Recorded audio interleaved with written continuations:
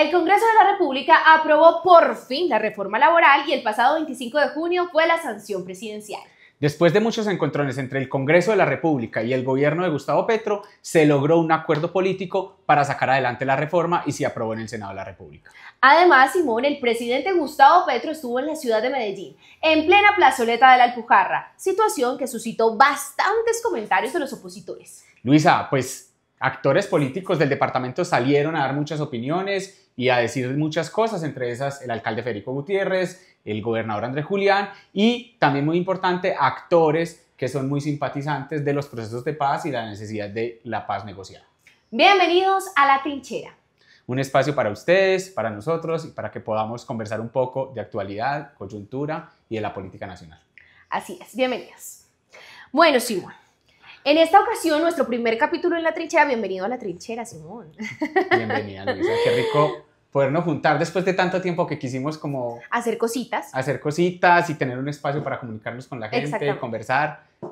Y compartir esas conversaciones. Básicamente eso es este espacio, una conversación entre amigos de lo que está pasando en el país que debería estarnos importando a todos, a usted, a mí, a nosotros. Sí, pues que nos vamos a quedar con ganas de decir cosas, que ustedes digan todo lo que quieran, porque la idea es que este es un espacio de tolerancia y de que busquemos a través de la conversación construir un país diferente. Así es, Simón. Entonces, empecemos. ¿Cómo se ha movido la situación en nuestro país esta última semana? Bueno, hay dos cosas muy importantes en el país. En este momento, pues lo central, creo yo, es la reforma laboral. O sea, es un cambio estructural que acaba de pasar por el Congreso de la República, que fue una propuesta de gobierno, que vamos a explicar un poco en esta conversación del día de hoy. Y hay un tema que es un poco más coyuntural, de más corto plazo, que tuvo que ver con la visita del presidente Gustavo Petro a la ciudad de Medellín para hablar sobre paz urbana y la mesa de negociación entre el Estado colombiano y las estructuras armadas de la ciudad. Ahora bien, Simón, más coyuntural por el asunto de lo mediático, que del tarimazo, que no sé qué y todo lo que se ha hablado en torno a la visita del presidente,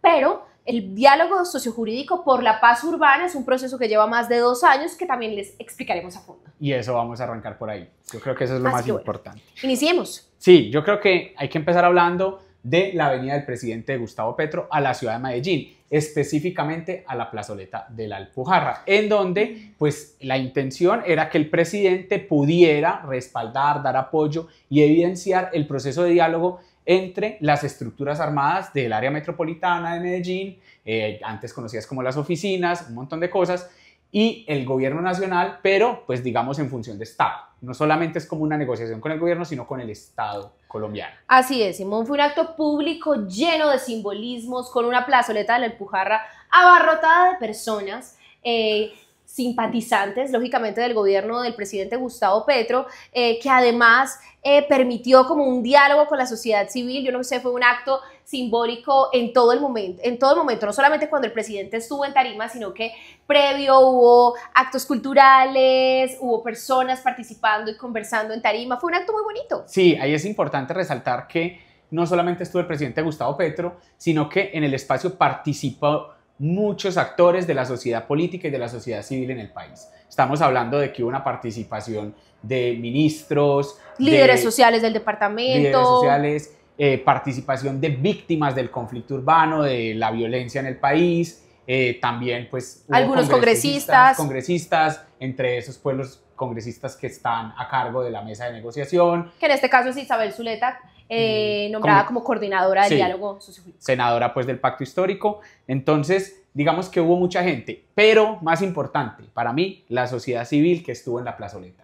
O sea, ahí hubo un momento en que la gente pensaba, ¿será que el presidente Gustavo Petro se va a hacer contar en medio de que había acabado de pasar la marcha del silencio, que si bien se suponía no tenía tintes políticos, obviamente era una movilización convocada por los partidos de oposición, que fue masiva, nadie va a desconocer esa situación, y entonces decían, el presidente se va a hacer contar en Medellín, la ciudad quizás una de las ciudades más difíciles para la izquierda en este país, y pues lo hizo y llenó la plazoleta de la Alpujarra, la gente afuera en San Juan estaba desbordada, había inclusive pantallas para poder hacer retransmisión, entonces hubo un hecho y un hito de un montón de gente que está convencida en el proyecto del cambio, pero además está convencida de los procesos de paz que está llevando el gobierno nacional. Y qué bueno que lo menciona, Simón, no estaba aquí dentro de la planeación, en la conversación, pero esa marcha del silencio, si tú bien lo dices, fue convocada por los sectores más en oposición, pues también entendemos y valoramos lo importante y lo masiva que fue, pero más que nada también por lo que la movilizaba. Hubo personas y participantes también de otros sectores porque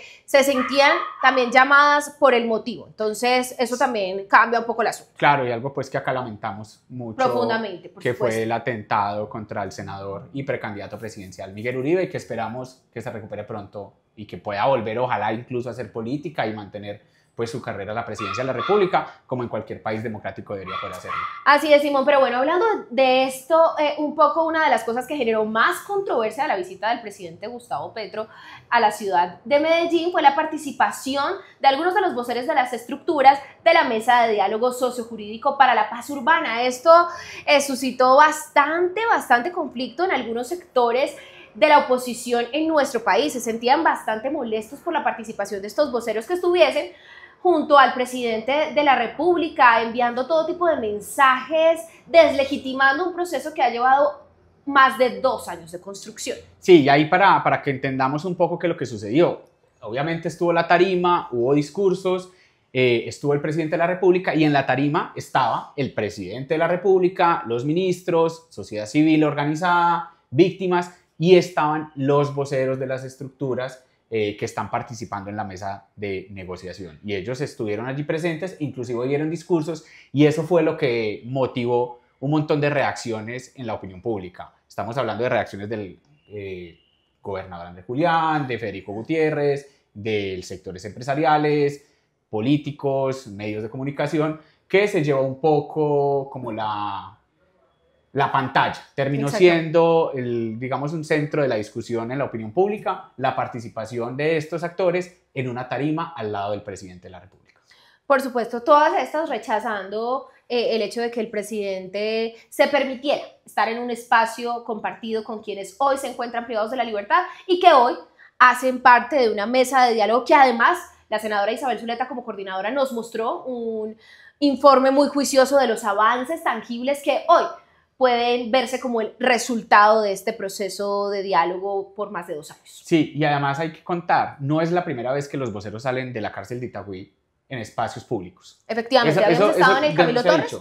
Eso no se ha dicho nada en los medios o poco se dice. Camilo Torres, Paraninfo de la Universidad de Antioquia, que yo pues más o menos me sorprendí ese día, pues estuve allá en ese espacio. Ese espacio, inclusive las estructuras, pues digamos estos voceros estuvieron escuchando, fue a la sociedad civil, más que ellos participando como actores, fue escuchando qué era lo que tenía que decir la sociedad civil, y yo me sorprendí un poco cuando llegué, yo no sabía que iban a estar pues estos voceros, y yo veo pues como todo el Paraninfo alrededor militarizado, miembros del IMPEC, armas, cuando entendí que se trataba de poder darle también espacio de participación a estas personas, y no es la primera vez entonces. Exactamente, que era un poco la queja de algunos de los sectores que decían todo el tiempo, no, es que debería estarse escuchando a las víctimas. Por supuesto, es que un proceso de diálogo y la construcción de un proceso de diálogo en donde tú y yo tenemos que resolver un conflicto, pues tienen que verse involucradas las diferentes partes. Entonces, y se hace entre diferentes. Claro que sí, esa es la otra cosa.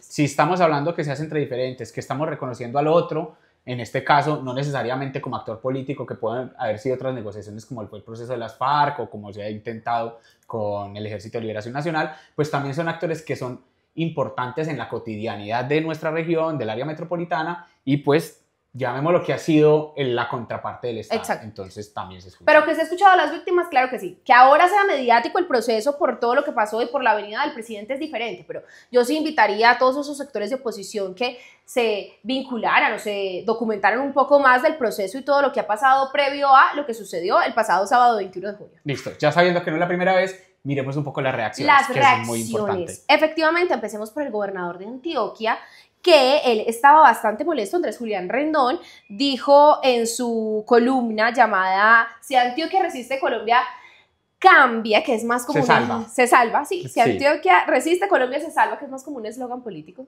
Sí, es que ya sabemos que la carrera por la presidencia está muy movida, y pues ese cuento de Si Antioquia resiste, Colombia exactamente, pero bueno, él en su columna dice específicamente, el gobierno Petro también está mirando a Antioquia, pero lo hace de forma hostil, desafiante. Se rodea de los criminales más peligrosos, jefes de banda que han asesinado, torturado, desplazado y extorsionado, que lo siguen haciendo, que han instrumentalizado por décadas a nuestros jóvenes y se han aprovechado de sus vulnerabilidades y necesidades. Yo creo que ahí además, porque además el mensaje que él le ha tratado de decir es ese tarimazo. Exactamente. Implica legitimar las acciones de estos grupos al margen de la ley. Sí, o pues de estos actores. Y yo creo que hay que cuestionar eso. O sea, el hecho de que ellos están en la tarima no significa ni que estemos de acuerdo con sus acciones criminales, porque han cometido acciones criminales, ni nada de eso, ni que el gobierno esté legitimando. Y eso es lo que él trata, es el relato que ha tratado de construir el gobernador de Antioquia y que lo hace evidente pues, en este pequeño párrafo de su columna. Pero que no pasa solamente y de manera exclusiva con este proceso de diálogo y con lo que pasó el 21 de junio, sino con todas las acciones de gobierno. Es esa posición constante de confrontación que hace parte de una forma de campaña. De hacer política. Exacto. Y hemos dicho muchas veces que conversamos tú y yo, es que la confrontación es muy rentable en política. Sí, capitaliza votos. Sí, obviamente, pues escuchamos a quienes están quizás en el medio y pues exitosamente tampoco es que les haya ido muy bien. Y es normal, creo que en la democracia confrontar las ideas es una necesidad y aprender a confrontarlas. Exactamente, pero hay que hacerlo con criterio y con rigurosidad y no atropellar un proceso que es bien difícil, que ya es por sí solo.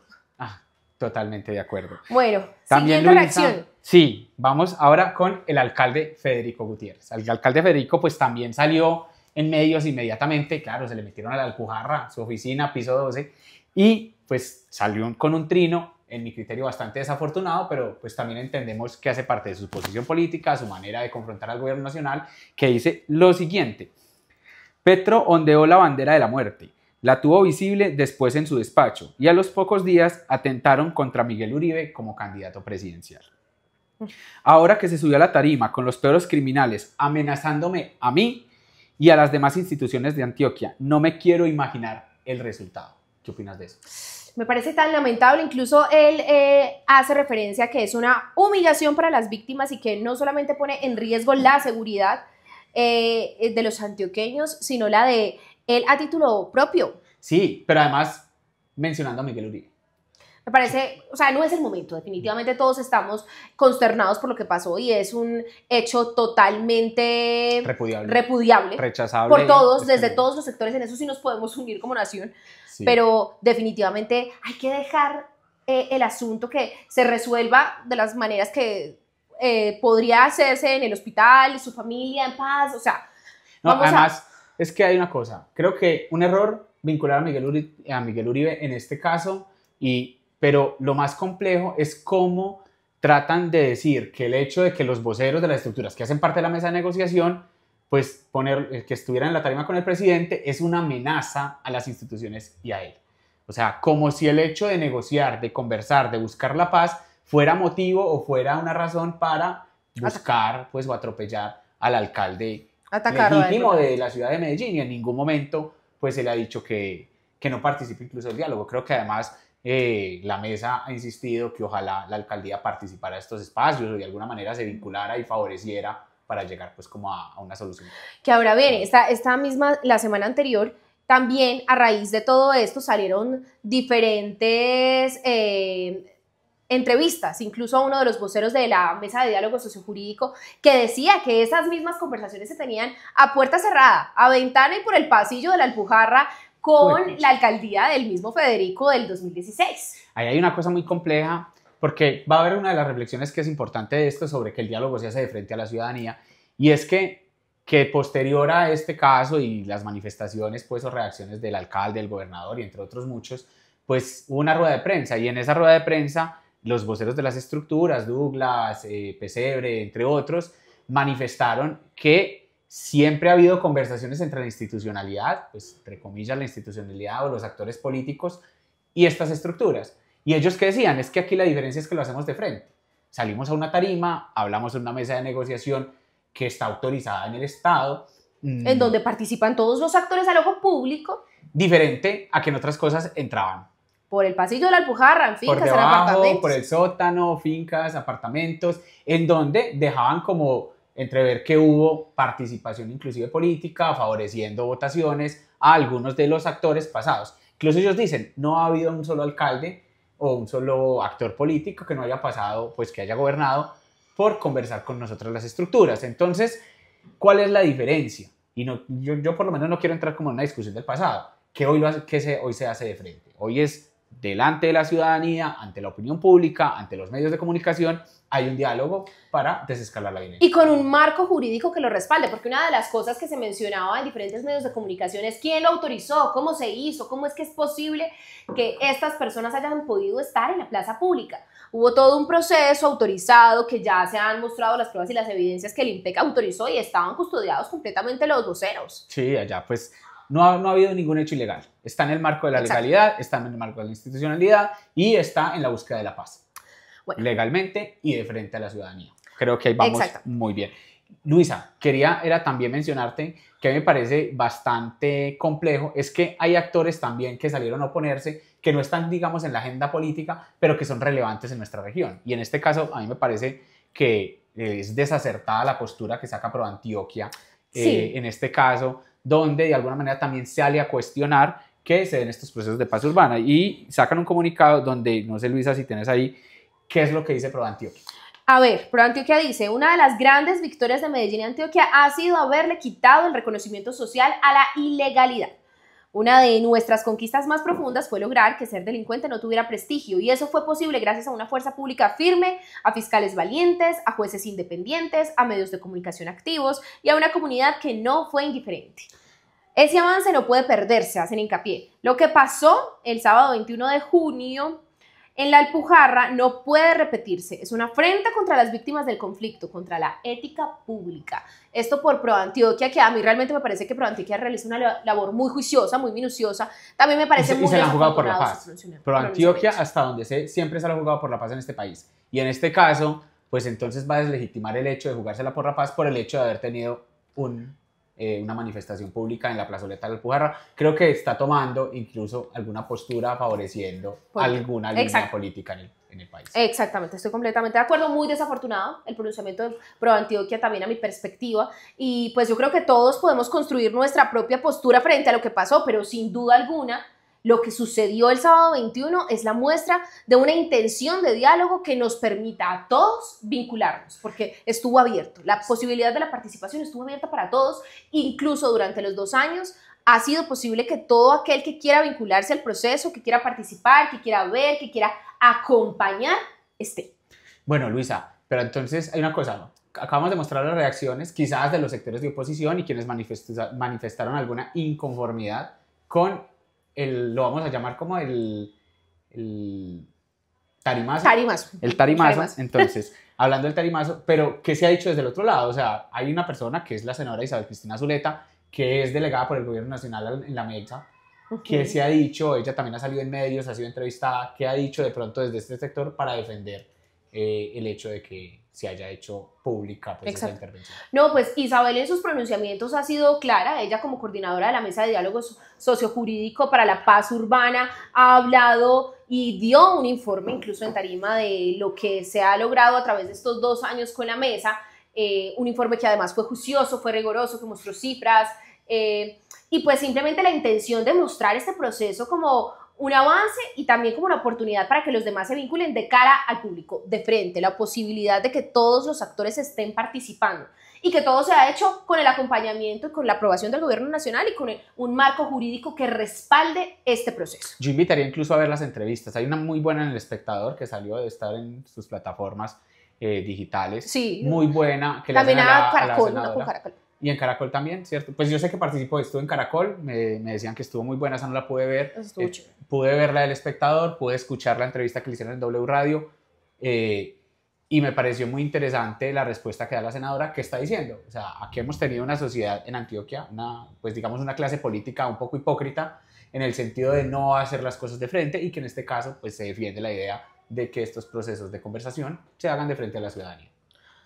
Bueno, y con la llegada de este acompañante al set tan importante, continuamos con algunos de los anuncios importantes que hizo el presidente Gustavo Petro sobre seguridad y paz urbana para la ciudad de Medellín. Sí, así es. Dentro de los anuncios que se dieron, pues digamos fueron algunos pilotos que se han venido implementando, pero también algunos éxitos que se han venido teniendo a través de de buscar ese diálogo en la mesa de negociación. Uno de ellos, Simón, que es además muy importante, es la reducción de homicidios en el 2024.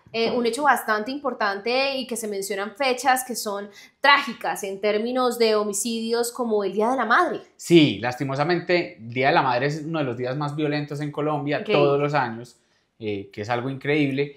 Y pues digamos en la mesa, en algún momento se sentaron, discutieron, conversaron y dijeron, tratemos de evitar que este día siga siendo tan violento. Y lo lograron para el año anterior. Entonces, esos son hechos y cosas que van pasando a través de estos diálogos que son importantes y que hay que tenerlos muy presentes. Así es, otro de los anuncios importantes que hizo el presidente fue una prueba piloto que se ha hecho con diferentes niños rescatados de entornos de violencia extrema. De la mano con el ICBF será un proceso muy hermoso que a mí personalmente, Simón, me genera mucha ilusión porque si hay algo importante a lo que este gobierno también le ha apostado es a la defensa de los niños. Sí, había una expectativa muy grande con la venida del presidente, es qué va a decir frente a la paz urbana, más allá de pronto de que habló de la necesidad de trabajar el diálogo, qué anuncios haría. Y uno de esos fue arrancar con un piloto a cerca de 2.000 niños entre 6 y 16 años, 17 años, para evitar que se vinculen a estos ciclos de violencia. Entonces, el ICBF tendrá una responsabilidad, pero nace de esos diálogos que se han tenido en la mesa de negociación. Incluido también barrios sin extorsión, que yo creo que es una de las principales quejas de la ciudadanía. El problema y la problemática de extorsión que es antiquísima en nuestra ciudad y que bueno, se han venido avanzando y que hay una propuesta desde la mesa de diálogo para disiparla. Sí, digamos que en este momento han arrancado con esos pilotos, han arrancado en algunos barrios con reducir los índices de extorsión y han venido avanzando en ello. Digamos que posiblemente puedan haber lugares donde no se haya podido materializar del todo, han intentado hacer procesos de verificación, creo que la ciudadanía es súper importante en hacer esa verificación, pero digamos que en medio de las conversaciones se vienen avanzando en pasos para ir logrando reducir la violencia, reducir la criminalidad y pues algún día ojalá pues tener una ciudad mucho más pacífica y más tranquila.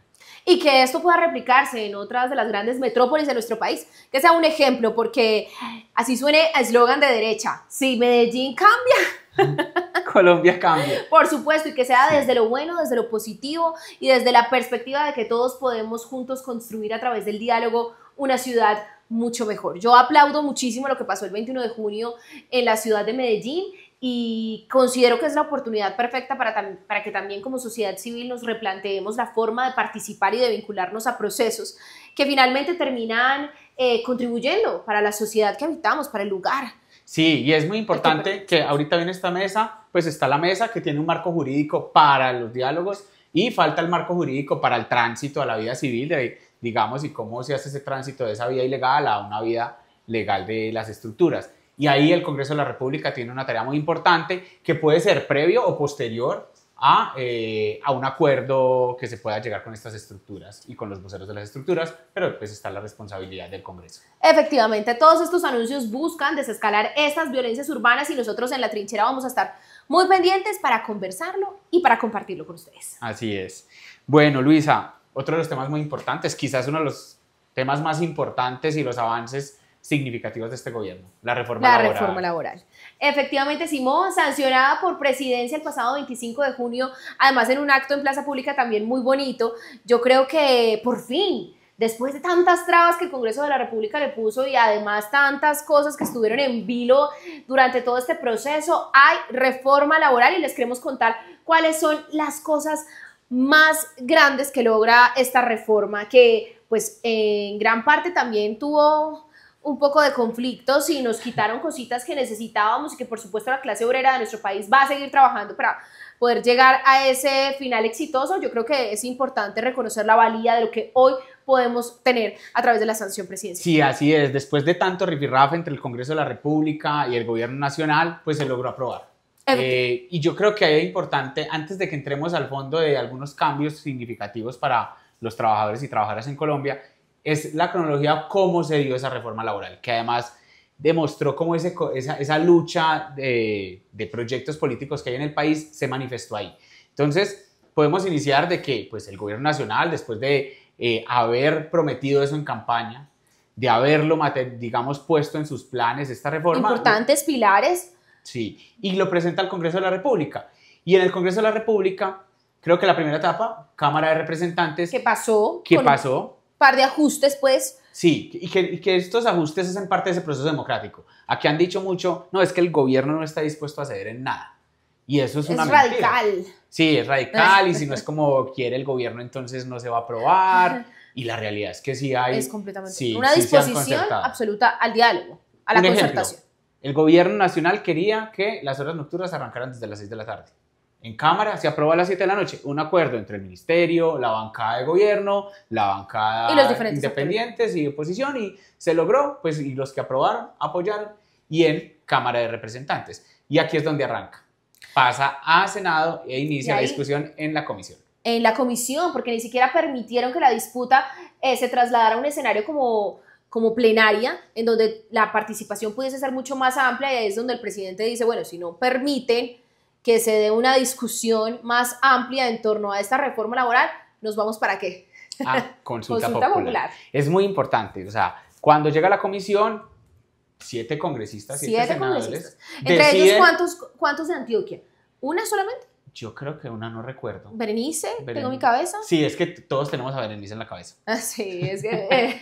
no esperábamos que Berenice no apoyara pues esa reforma. Pero entonces, 7 senadores deciden que no es objeto de discusión la reforma laboral, lo que decías. O sea, el problema no es solamente que no se aprobara, sino que no es objeto de discusión, sino que dicen no se discute, no se lleva a ningún lado y la cierran.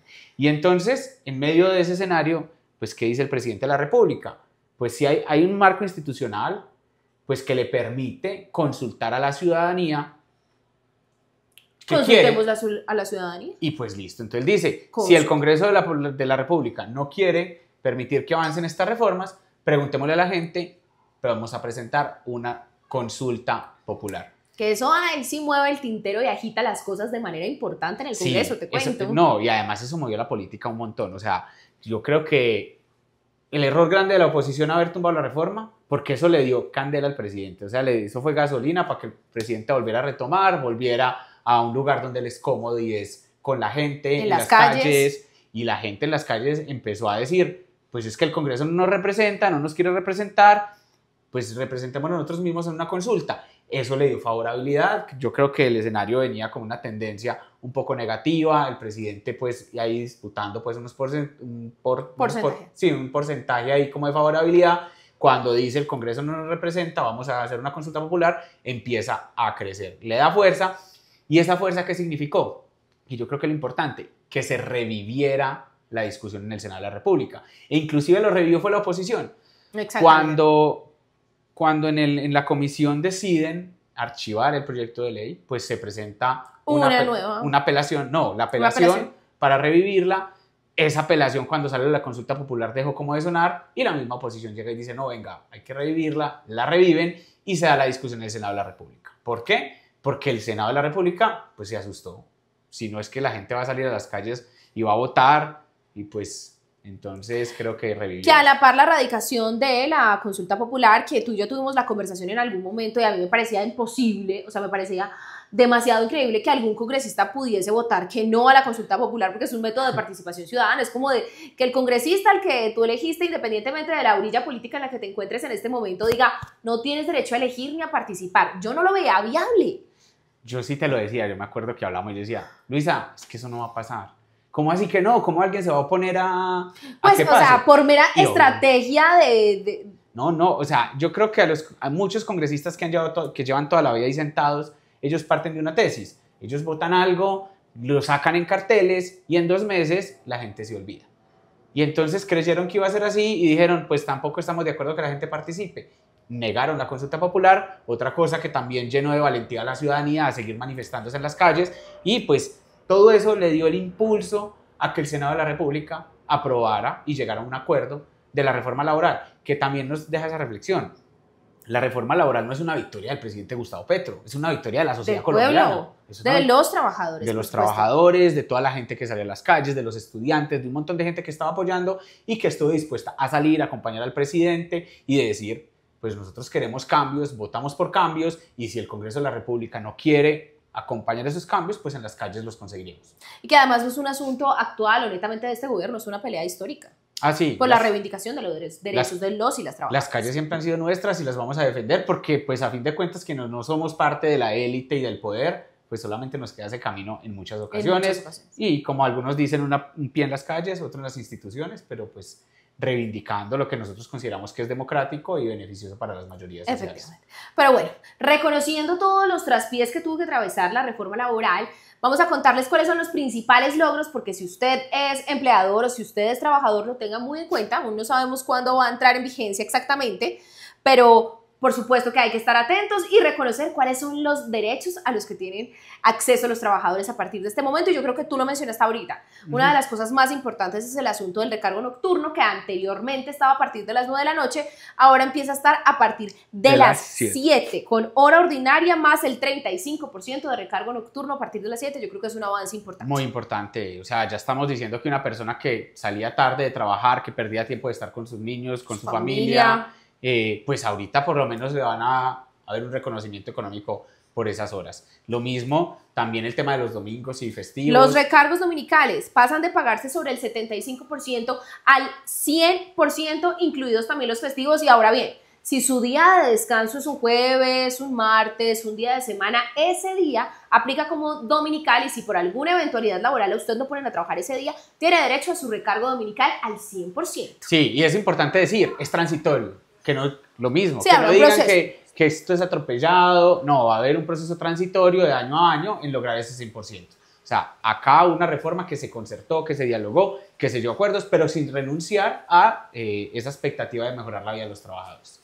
Ahora bien, aprendices SENA. Eso te iba a decir, que lo del tema de los aprendices es súper importante. Por supuesto, contrato a término fijo con todas las garantías laborales en su etapa productiva, cesantías, intereses a las cesantías, todo esto que antes no era posible porque muchas veces los aprendices SENA o no tenían sueldo o el sueldo era parcial.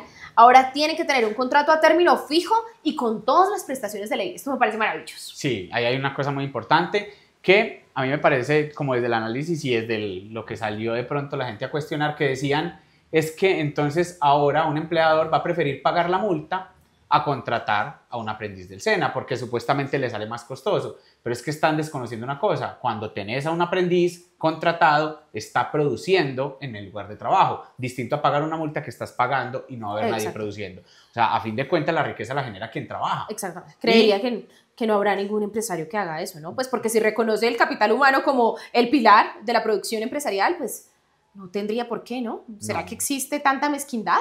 No, yo no creo, pero es que ni siquiera es mezquindad. Yo no creo que exista un empleador que sea tan bobo. Es que no hay otra palabra de decir, yo prefiero pagar 1,5 millones o lo que cuesta la multa a pagar un poco más, pero tener una persona que esté produciendo en mi empresa. O sea, a mí no me cabe en la cabeza que un empleador pueda decir es mejor pagar una multa que emplear a una persona. Así me salga un poquito más caro, pero que me está generando riqueza. Aunque no sé si viste, hubo algunos sectores que se pronunciaron al respecto y que estuvieron todo el tiempo en constante oposición al proyecto de la reforma laboral, entre ellos Penalco Antioquia hizo su pronunciamiento diciendo que lamentaba muchísimo la aprobación de la reforma laboral. ¿Qué piensas? Sorprende. No sorprende.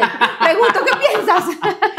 No, pues realmente, lastimosamente, la posición de Fenalco siempre ha sido más política que inclusive gremial. He sentido Total. Ha estado en una posición muy difícil con las apuestas del gobierno nacional y en este caso pues también, y defendiendo sus intereses. Pero el problema es que estamos hablando de que Fenalco representa un montón de tiendas de barrios, mini mercados, pequeños y medianos empresarios, que a fin de cuentas van a verse beneficiados con la mejora de las condiciones laborales de los empleados en Colombia, porque es que a fin de cuentas es esa clase media y baja de salarios mínimos, 2 mínimos, la que consume cotidianamente en esta gran cantidad de mercado local. ¿Qué representa Fenalco? ¿Qué representa Fenalco? O sea, obviamente están las grandes superficies, pero allá merca una minoría, por ejemplo, comparado a las grandes mayorías que casi siempre mercan en el mini mercado. ¿Vos dónde mercás, Simón?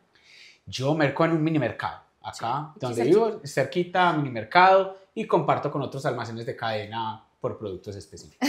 Bueno. Sí, ahí vamos como combinando.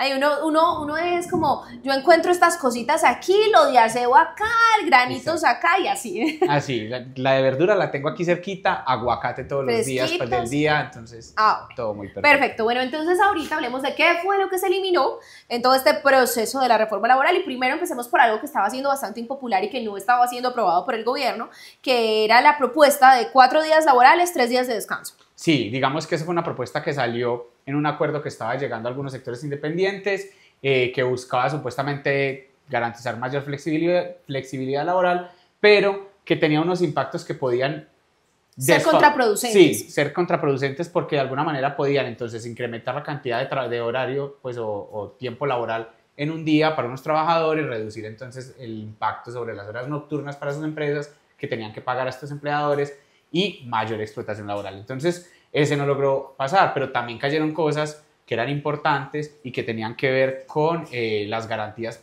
principalmente para las mujeres en términos de licencias por licencia menstrual y otro montón de cosas que es hoy una quedaron lucha ahí que tiene que seguir dando las mujeres y que yo creo que es importante, es muy injusto, incluso algunos sectores se pronunciaban diciendo no, entonces no van a contratar más a las mujeres porque somos las mujeres que menstruamos. O sea... Sí, básicamente, es que entonces no contraten mujeres porque como menstruan, entonces van a pedir una licencia y no, es...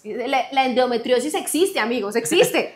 Sí, ¿sabes qué, Luisa? A mí me parece importante que no mencionamos una de las grandes victorias de esta reforma y es el pago para los... se me va el nombre, los médicos pues que están en la especialización, los residentes. Claro. Me parece muy importante y es que es algo que no estaba, digamos, estipulado en la ley y que en muchas ocasiones pues no tenían pago alguno y que hoy todas estas personas que se han dedicado a salvar vidas durante mucho tiempo, así sea en medio de su profesionalización, que están pues mejorando sus estudios, pero en términos prácticos están salvando vidas, pues no tenían algún tipo de remuneración y hoy pues digamos por ley van a tener remuneración los residentes de los hospitales y que están en su proceso formativo como especialistas, posespecialistas y demás. Que es muy importante, además reconocimiento a la valía que tiene esa labor tan difícil. Así es. Así es. Bueno, otra de las cosas que no se aprobó fue la prima adicional y el trabajo por horas. ¿Qué es la prima? La prima adicional. Por eso que es la prima. Algunos que trabajamos haciendo consultoría no nos funciona, pero para muchos trabajadores es importante. Claro, es importante y ojalá pues que podamos ir avanzando en la consecución de derechos que garantice tener una vacaciones. ¿Qué harías vos con una primita? Es unas vacacioncitas, delicioso. Qué rico la playita. Ah, sí. Ahorita que nos está lloviendo aquí afuera. Aquí en Medellín, que últimamente no ha hecho sino llover. Sí. En fin, bueno, todas estas cosas han sido muy importantes y así es como está en este momento el agite político y de coyuntura en nuestro país. En La Trinchera vamos a intentar mantenerlos actualizados de todas las cosas que estén pasando en el gobierno nacional. Sí, trabajemos y no solo en el gobierno, sino en la política nacional. Creo que este espacio lo que busca es abrir la conversación, contar un poco de lo que sucede en temas que son, digamos, coyunturales, pero también temas trascendentales y que podamos ir conversando, viendo cómo avanza, en este caso, este gobierno, esperemos cuál vendrá y que permanentemente podamos ir cualificando un poco y nosotros también aprendiendo un montón del debate político nacional y queremos que nos puedan acompañar durante mucho tiempo. Ay, Dios mío. Un momento. Tenemos un asunto logístico aquí. Así es, bueno, nosotros les agradecemos muchísimo a quienes estuvieron hasta acá en este video. Mi nombre es Luisa Zuleta y están siempre bienvenidos a La Trinchera para que pongamos en tema de conversación todo lo que importa en nuestro país. Mi nombre es Simón Rivera y aquí estamos y esperamos que podamos aportar un granito a la conversación política en este país. O que por lo menos nos echemos una conversadita y nos tomemos un tintico, ¿por qué no? Una cerveza. No, tintico, salud. Salud. Ah, bueno. Salud. Carajillo. Carajillo. Salud.